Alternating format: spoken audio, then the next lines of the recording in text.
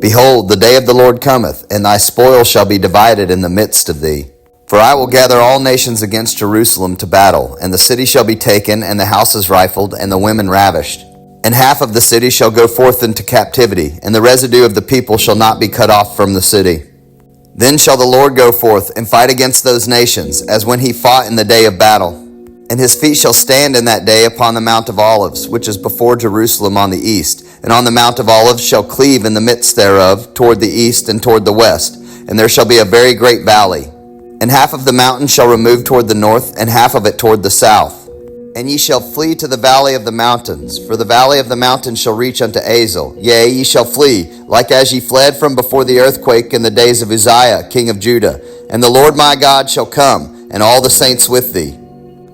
And it shall come to pass in that day that the light shall not be clear nor dark. But it shall be one day which shall be known to the Lord, not day nor night. But it shall come to pass that at evening time it shall be light.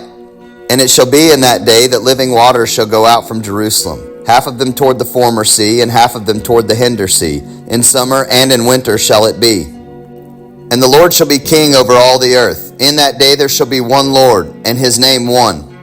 All the land shall be turned as a plain from Geba to Rimmon, south of Jerusalem. And it shall be lifted up and inhabited in her place, from Benjamin's gate unto the place of the first gate, unto the corner gate, and from the tower of Hananeel unto the king's winepresses.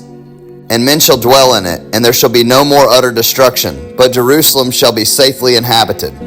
And this shall be the plague wherewith the Lord will smite all the people that have fought against Jerusalem. Their flesh shall consume away while they stand upon their feet, and their eyes shall consume away in their holes, and their tongue shall consume away in their mouth.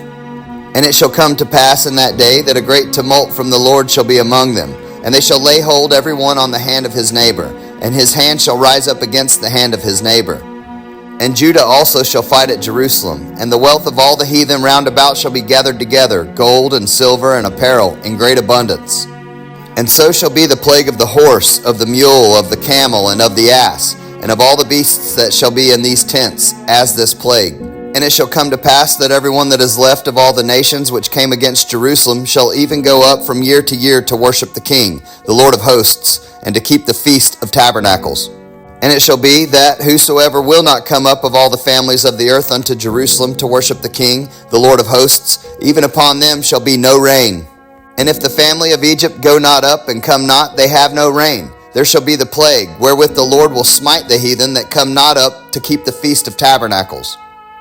This shall be the punishment of Egypt, and the punishment of all nations that come not up to keep the feast of tabernacles.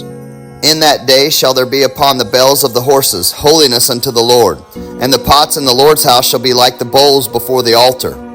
Yea, every pot in Jerusalem and in Judah shall be holiness unto the Lord of hosts. And all they that sacrifice shall come and take of them, and seethe therein. And in that day there shall be no more Canaanite in the house of the Lord of hosts.